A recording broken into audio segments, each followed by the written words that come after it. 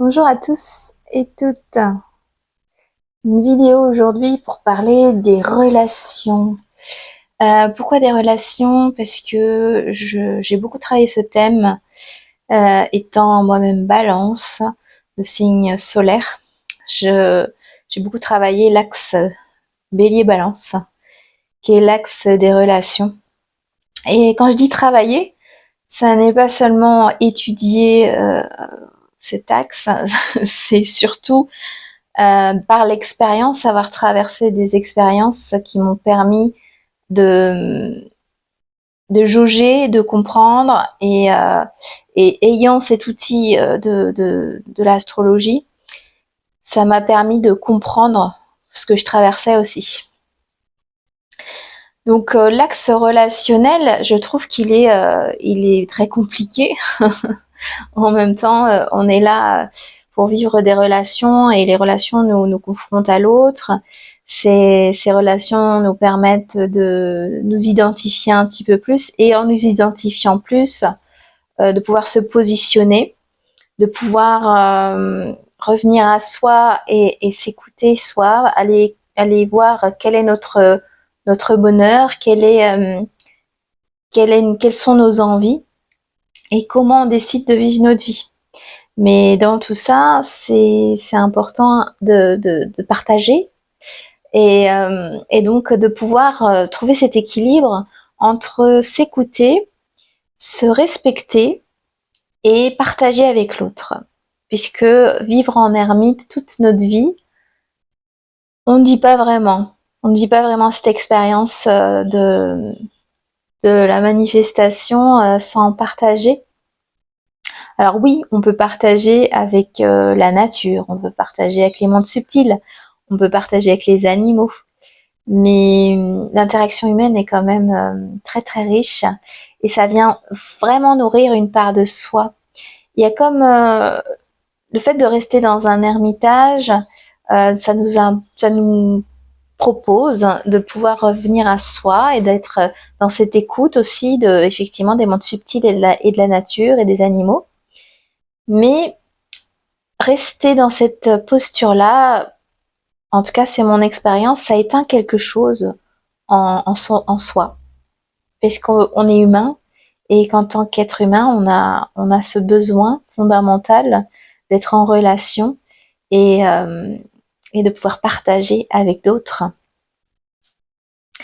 Alors, de ce que je vais partager mon expérience, ce que j'ai pu retirer de toutes ces leçons. Ce qui est important, c'est de se respecter soi. Donc, on va dire qu'on passe avant l'autre, mais pour autant, va falloir aller chercher des formes de comment dire,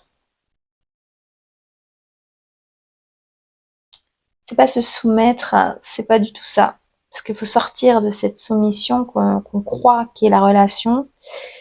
C'est des compromis, des formes de compromis où on va accepter de l'autre ce qu'il est, parce que d'abord on s'accepte soi dans ce qu'on est et on peut accepter que effectivement on a des parts de notre personnalité qui ne vont pas plaire et ça c'est important aussi c'est normal de pas plaire.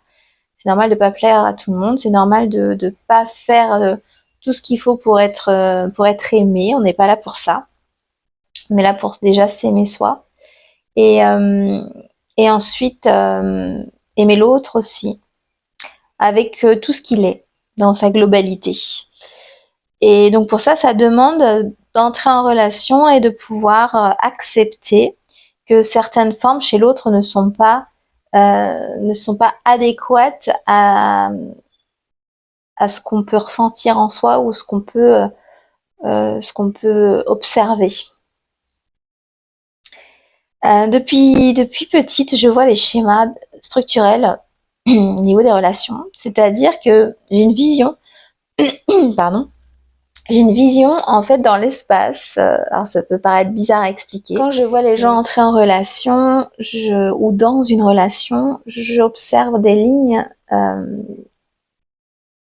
qui sont pas visibles, on est d'accord, Et je vois des structures, comme des géométries, qui m'indiquent en fait dans quel type de schéma relationnel ils sont enfermés ou ils sont voilà, en contrat.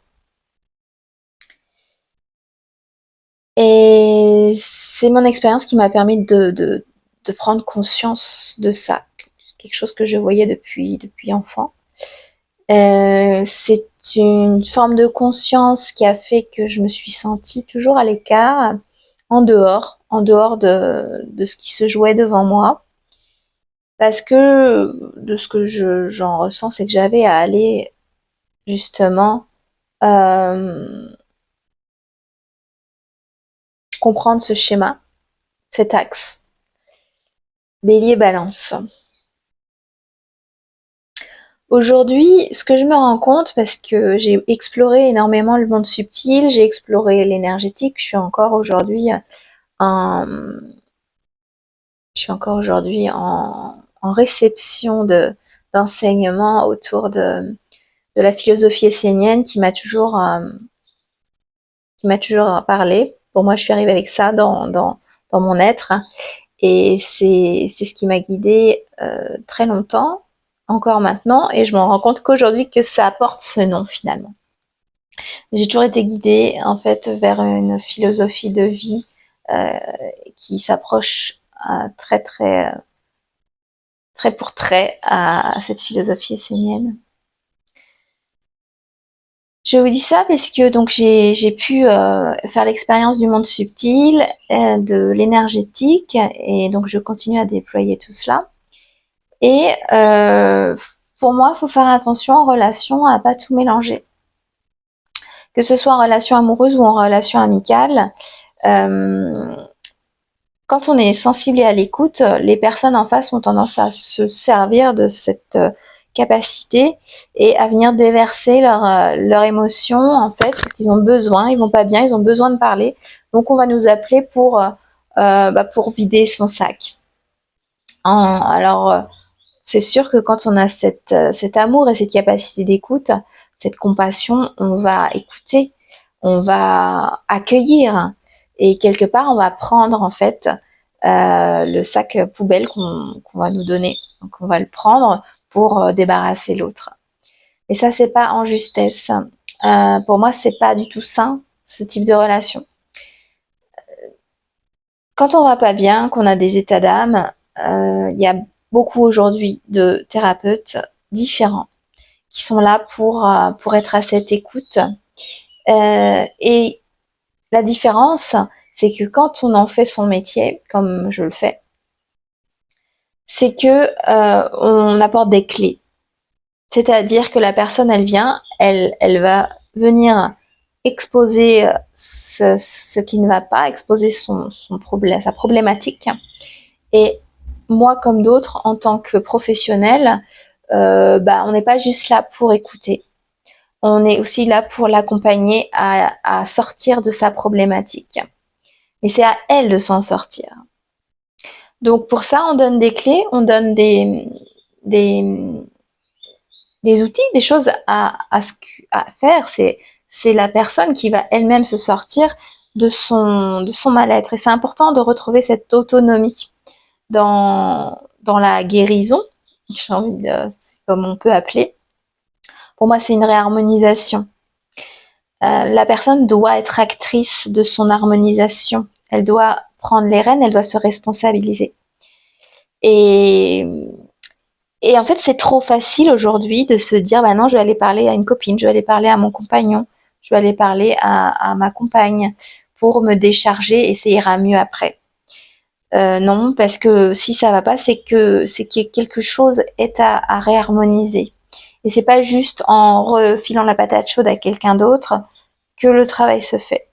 C'est important d'en prendre conscience et de poser des actions qui vont faire que on va avancer. Et je trouve qu'aujourd'hui, il y a beaucoup trop de thérapeutes qui donnent la promesse qui vont guérir la personne. Non, on ne guérit personne.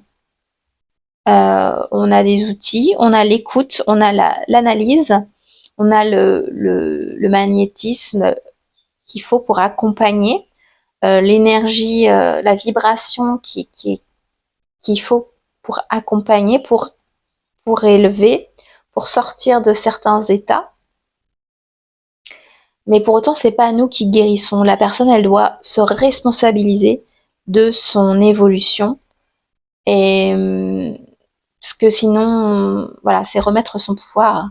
Et si on remet notre pouvoir à un thérapeute ou à un médecin, ou peu importe, il a ce pouvoir sur nous de guérison, et c'est pas en justesse du tout. On est tous capables de s'auto-guérir en y mettant la volonté et l'élan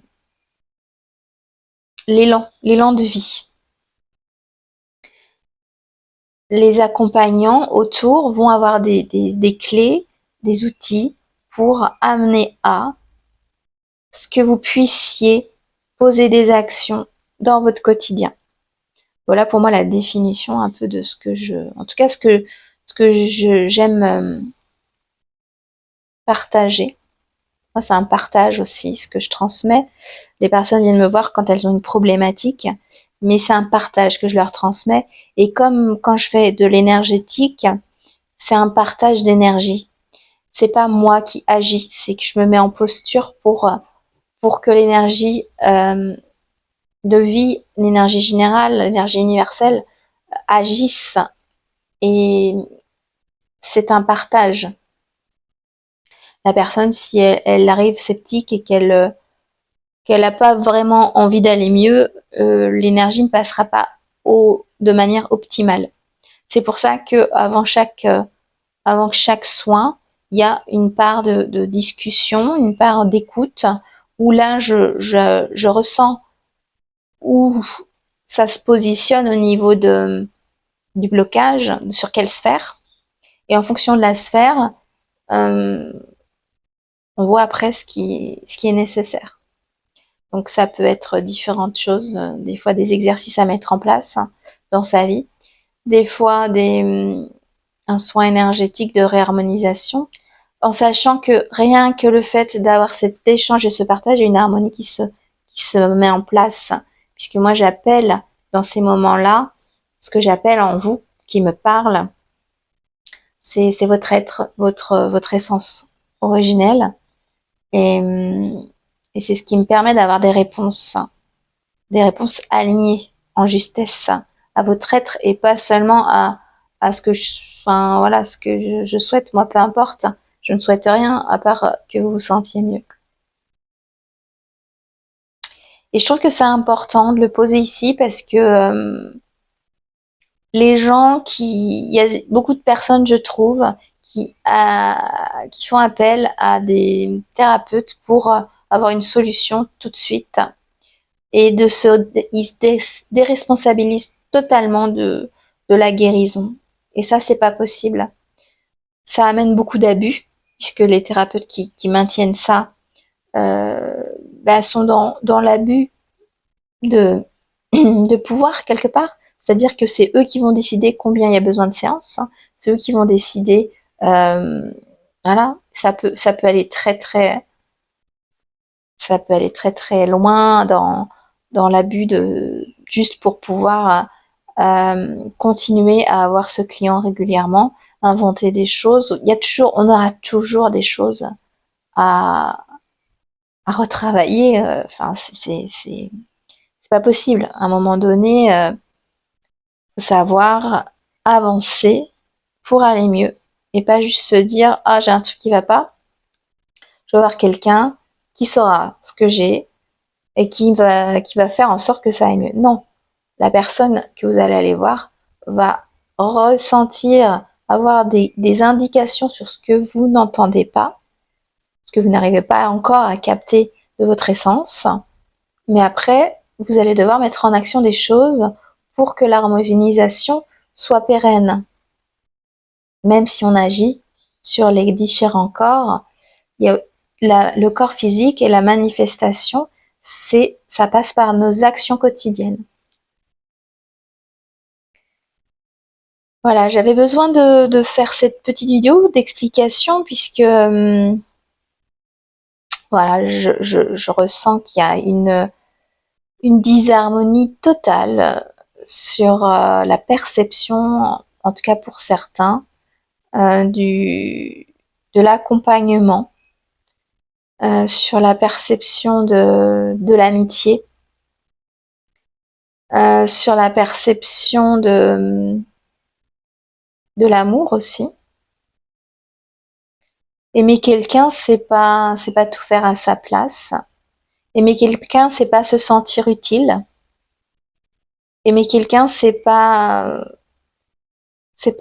attendre d'exister dans le regard de l'autre.